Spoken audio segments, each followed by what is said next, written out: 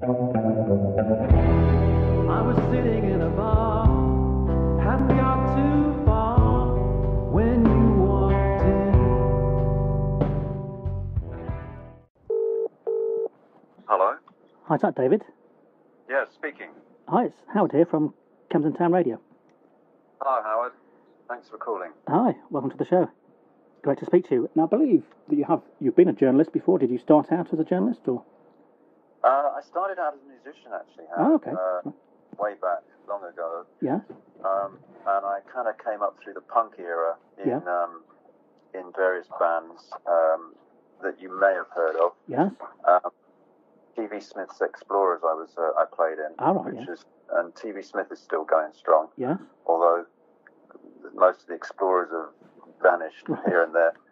And then I kind of I did the two things together. I became a journalist basically to pay the bills, really, at that point, because even though we had a deal and we would be touring and stuff, it was never quite, it was always hard to make ends meet, even back then. Yes, yes.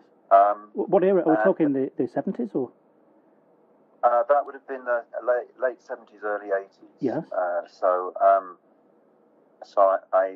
I got a gig reviewing. I got a gig reviewing and interviewing and stuff for Kerrang, which was one of the first magazines I wrote for. Yes. And from there, I made the unlikely leap to writing for the Times in London, and I became their chief rock and pop critic at a time when the broadsheets didn't really take much. They didn't really take pop and rock very seriously. It was quite you wouldn't believe how little coverage there was back then in the broadsheets. Yeah. But of course, it gradually, I did that job. Well, I was there for 30 years with the Times. Oh, right. And obviously, it changed completely over that period. Now, pop and rock music is a very, central part of the arts coverage and so on and so forth. But I was always really a musician. I kept going. That kind of rather took over for quite a while. But I got back into doing it in the sort of mid-2000s, I suppose. And that's when I kind of put my own band together. Yes. And kept going since then, really. Yeah, so in the early days, you were in a punk band in the 70s? Yeah, I guess that's when I came up. Yeah. I played in all sorts of bands, but punk was really where I got started, seriously. Yes. And are you born and raised in London, or? I was born in Scotland, actually, oh, right. But my family moved down to Birmingham when I was young, and then to London. Right. So I've kind of I was at school in London, so I feel like I am pretty much of a Londoner. Yeah. My parents went back to Scotland, but they left me down here by that time. Yes, well, you've certainly only got a southern accent. There's no Scottish accent. No. I've worked up in Scotland. My Scottish heritage is a bit, what's the word? Hypothetical, really. I love London. I've always sort of been here, really. So. Yes. So in the early days, when you were in bands and also writing as a journalist, were you very active on the gig scene, both performing and reviewing gigs? Well, I was doing more reviewing, really. I went to loads and loads of gigs, and I saw. Well, it was incredible. Yes. I mean, that was my brief, was to go and review bands for the paper. And you probably saw most of the great bands in the 70s and 80s then. I did, really. Yeah. I had a charmed life. I mean, there's a few I missed, but I never saw Nirvana, which is one of my one of the ones that I felt. I was always just about to see them, and I was going to go and see them at Reading. Yeah. And then for some reason that didn't happen, and then it was too late, of course.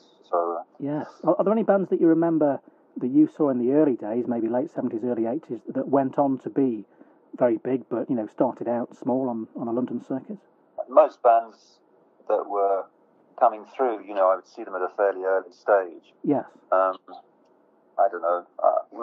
It's not quite what you're asking, but the one show that always sticks in my memory is when the Stone Roses first played London. Oh yes. Which was they played.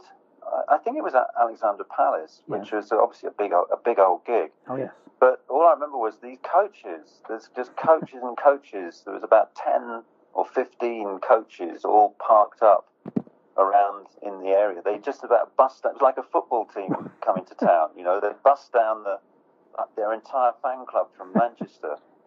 I saw the Arctic Monkeys very early as well. I saw them in the LA2, I think, the Astoria, whatever it was. Again, one of those early gigs where no one in the mainstream media was even aware of them at all. But it was incredible. That was the start of the internet and the start of people finding bands for themselves on MySpace and all that kind of thing. Yes. And I remember I was astonished. They were completely, I don't even think they'd been signed at that point, but everyone knew the songs. And they'd never been played on the radio, nothing, you know. It was like, wow, you just sort of sensed the world of music was changing. Yes. Which it was, you know. Yes. Did you ever bump into Dire Straits? Dire Straits. We supported Dire Straits when they were, because they came up through the punk era. They were an extraordinary band. We supported them at the Rock Garden in a band I was in at that time called Blunt Instrument. Yes. And we were a pretty hardcore punk band. And the Rock Garden, I don't know if you remember, it was in Covent Garden. It was a fairly, you know, rough and ready kind of place. And they just released Sultans of Swing, I think, or maybe not even that. They're getting a lot of radio play on Charlie Gillett's show on his radio stage show.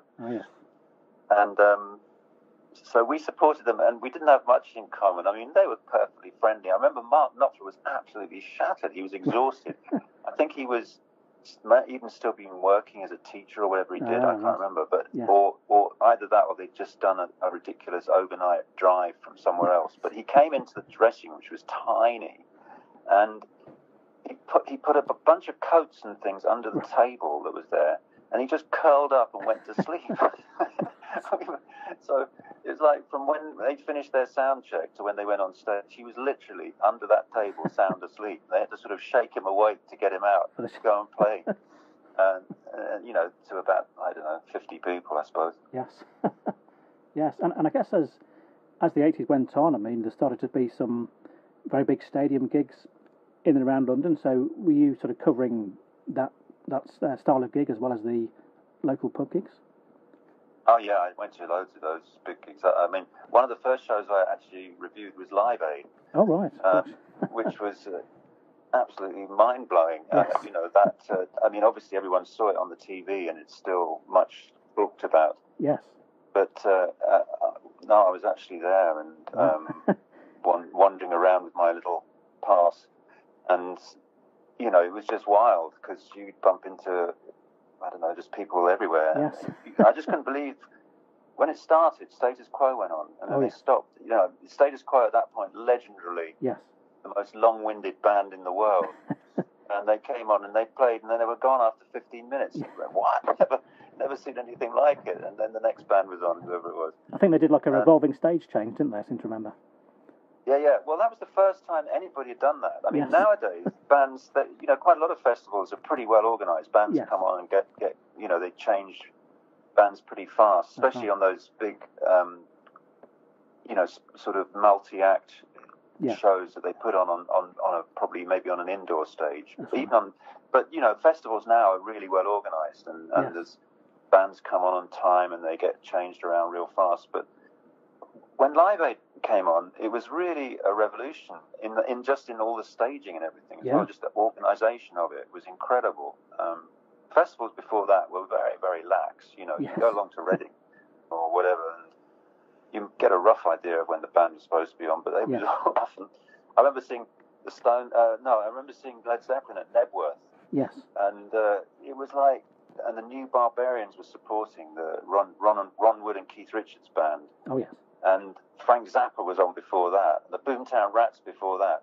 And it was just like a pile-up. Everything was getting later and later and later. And the I don't think Zeppelin came on till about 11 or something. You know, God knows when it finished. But it was the timetabling and the scheduling were very, very approximate in those days. Yes. Actually, we were speaking about Dire Straits earlier. They also played Live Aid, and I believe they came across the car park from Wembley Arena to do their set. That may well be right. They certainly did it, yeah. You know, as did pretty much every band that counted at that point. Yes, and so were you going around doing interviews for the Live Aid? Not really, no. Yeah. There wasn't much, you know. I was just there to review it, really. Yes, I see, yes. But you got to see it all. Well, I did, yeah. And then I got to go to the, you know, there was that one, when was it? Was it 30 years later or 20 years later? The one that in 2000 and... Oh, yes. 6, was it? Yeah, in Hyde Park it was. Yes. And that one, my brief was to go around interviewing people. So I sort of would be nabbing Bono and sort of place before he was about to go on. Yes. And doorstepping, I don't know, Paul McCartney as he was stomping around. Okay. Just to try and get a little quote. Yes. And actually, what happened was I got Annie Lennox.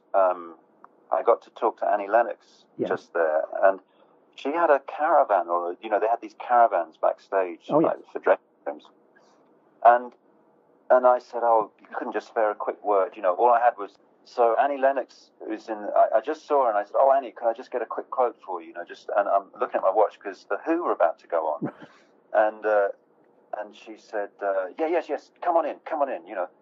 And she'd all done her bit, you know, she was all finished. She was just, and so she was just looking for someone to talk to, basically. Right. And it was me. Oh. So I got, and you know, this was just for a very kind of like coverage of the whole event. And, you know, I just really wanted one sentence, one quote. And anyway, she gave me this real ear bashing for about 25 minutes, and I missed the whole of the Who set. Oh no. Thanks, Annie. I've just got to go and see the Who here. And she said, no, just stay a minute. I just want to tell you this, you know. So I went out and the Who were just finishing. I missed the whole thing. Oh, right. But then Pink Floyd came on, so I saw them. That made up. And that was pretty historic because that was the last time those guys ever played together. Oh yeah. And no one thought they would play together then. So was it called Live 8 or something like that? I can't remember. Oh, it could be, yes. Live 8 concert, that was in July 2005. That was it. Live 8. I don't know why it was called 8. There was 8 continents it was taking, 8 countries it was taking place in, or something simultaneously, and it was to mark 30 years. That's it. It was the 30th anniversary, was it? Would that be right? Yeah, something like that. No, 20. 85, 95. Yeah, it was 20th anniversary. It was 20 years ago today. That was it. And I think, wasn't that what U2 started the show with, or McCartney started the show with? 20 years ago. That was it. Yeah, so it's Live 8. That was it, yes. And, yes. Now, I believe now you have a quartet, is that right? I do. I have a band called the David Sinclair IV. Yeah, and did that start around sort of mid-2000s? Well, not really, no. Right. That band has been going since about 5 or 6 years now. Okay. Around 2013 we got started on that one. Right.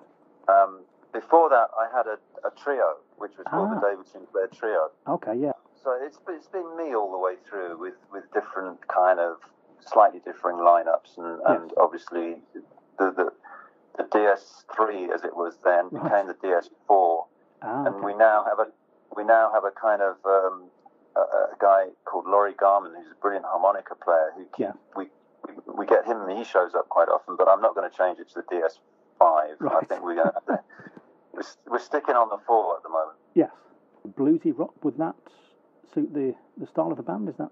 I would say, yeah, you know, that's right. It's kind of got a blues foundation, I suppose, or it's from that kind of heritage, that neck of the woods. Yeah.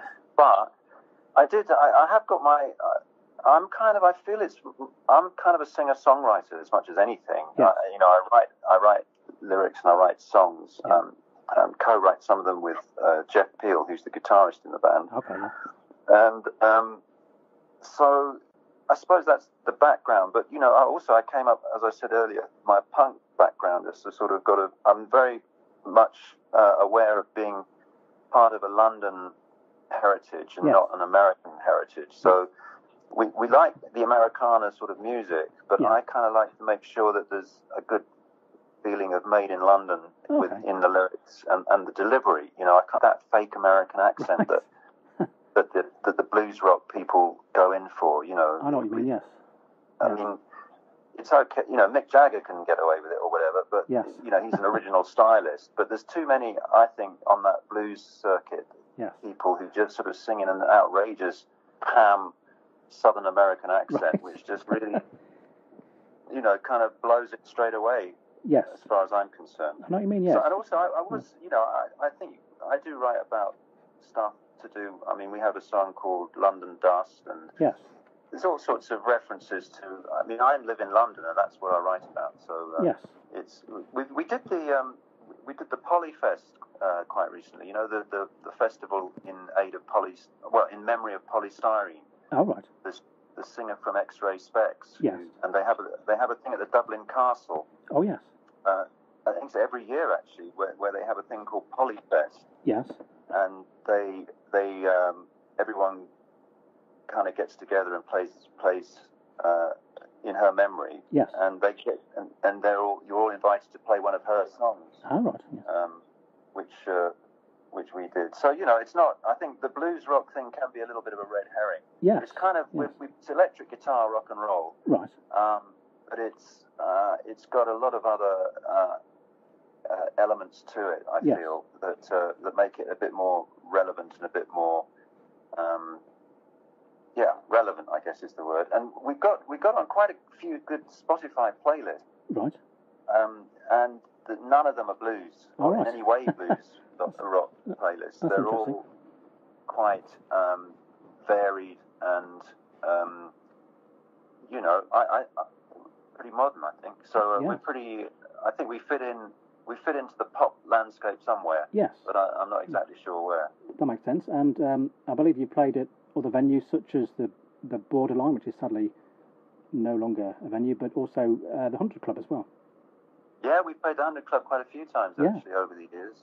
It's well, you know, it's one of those places that's got a lot of history. Oh, yes. And the first time you go there, you can't believe quite that you're there. And yes. you see the size of the dressing room and the state of the toilets. Although I think they've fixed the toilets. And they've redone them. Yes. But not before time. Well, and you think of all the, you know, legendary people who played there, and you think, wow. A bit like the old Marquee as well. Yes. Which, you know, where you could hardly believe That's the sort of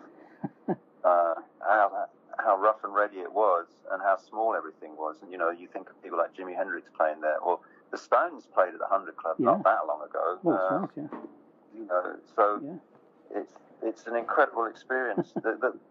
We played the Borderline quite a few times as well. It's actually, you know what, the Borderline is now, it's still open.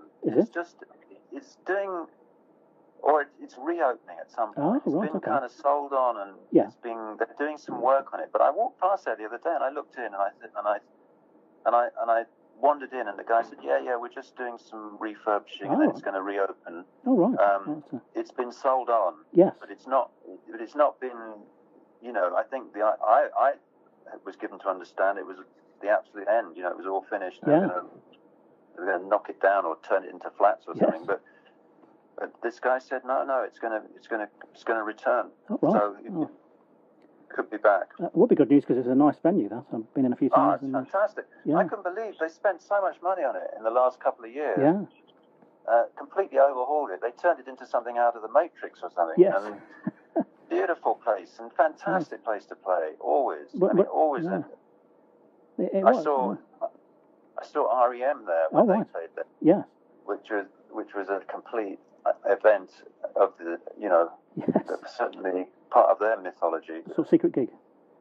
Yeah, it was a sort of secret gig, but not everyone knew it. And but it was like, it was so rammed. I mean, they are now a lot more strict about how many people they'll let into venues.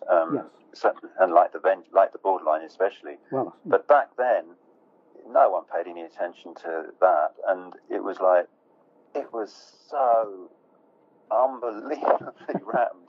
I can imagine, I wonder how you ever got out of that place. And people were smoking as well, you know. It's just, oh God. So, have you been very active in terms of gigs and recording with the Quartet over the last few years? Well, we've done what we can, Howard. We've done 2 albums in the last 4 years. And we're now working on another one. Okay. I did 3 albums before that with the trio. Yeah. So maybe we're due to do 4 with the quartet. I don't know, but Yeah. And we've done we've done quite a lot of gigs to support the 2 albums. Yeah. We've done pretty much. We've played at the Mau Mau in Notting Hill and the Dublin Castle and the Quartet and the Borderline and all these places. Half Moon Putney we've done quite a few times. Yeah. So yeah, we've kept at it, and we're now we just played the other night at the old station house in Chiswick, which is a great. That's the first time we played there actually. Yeah. And we're so yeah, we're moving ahead. But I think the next thing is now to do. We need to do a bit more recording and get another album underway. Yes. Yes, that makes sense. So, in terms of performing, have you got any gigs coming up soon?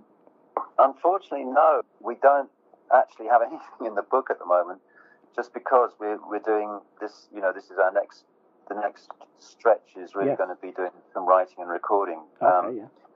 And we've got a trip up to Scotland coming up in the summer, and there will be other things. We've got a bunch of songs, and we want to get them into shape and recorded and get some new stuff up. Probably put it up on Spotify or whatever. And but right now, the gigs are obviously what we do, but right now we're not going to do any for maybe a couple of months. Yeah. So you maybe like to come back to the Dublin Castle once you. Oh wow! Yeah. Well, we've done the Dublin Castle certainly 2 or 3 times. So that'll be great to come back there. Yeah. Yeah. For sure. And also the Camden Rocks Festival sounds like that would. Yeah, well, that would be a great place to launch our new if we can get the new record together by then, that would be a good place to start. All right, well, we'll have to look out for you at either the Dublin Castle or at the festival itself. Yeah. Well, you probably can tell us the DS4, or what's the band title? It's the David Sinclair IV. Yes. But it's DS4 for short, basically. That's what we just that our logo is DS4, and we. Yes. So that's what people sort of know us as, but it's David Sinclair IV. Yes. And on Spotify, it's just David Sinclair. Okay. It's just because there was the trio and there's all the other things. So all of my stuff is there in one place. That's David Sinclair on Spotify. Yes. And then the band stuff is on davidsinclair4.com. Okay, so that's the main website people can go to. Yeah, and there's links to everything on there. Right. So if you want to find out anything, that's probably the place to go. Yes. And so yeah. And are you on Twitter and Instagram as well? We are indeed on all of those: Twitter, Instagram, Facebook. Yeah. Spotify, our own website, SoundCloud. Oh yes. We got a SoundCloud.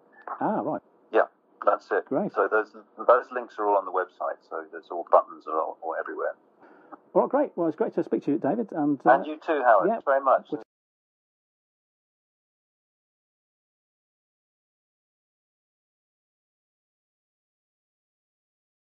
I was sitting in a bar, hadn't got too far when you walked in.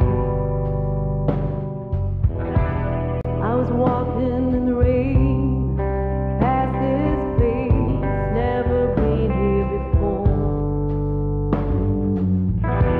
You got such a pretty smile, won't you stay here for a while?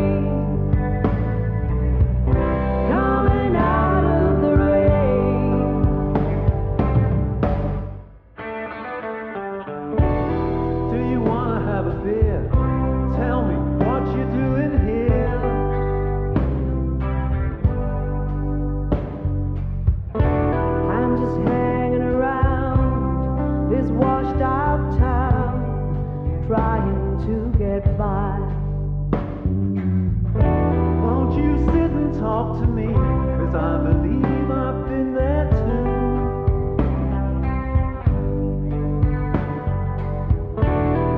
I might stay a while until the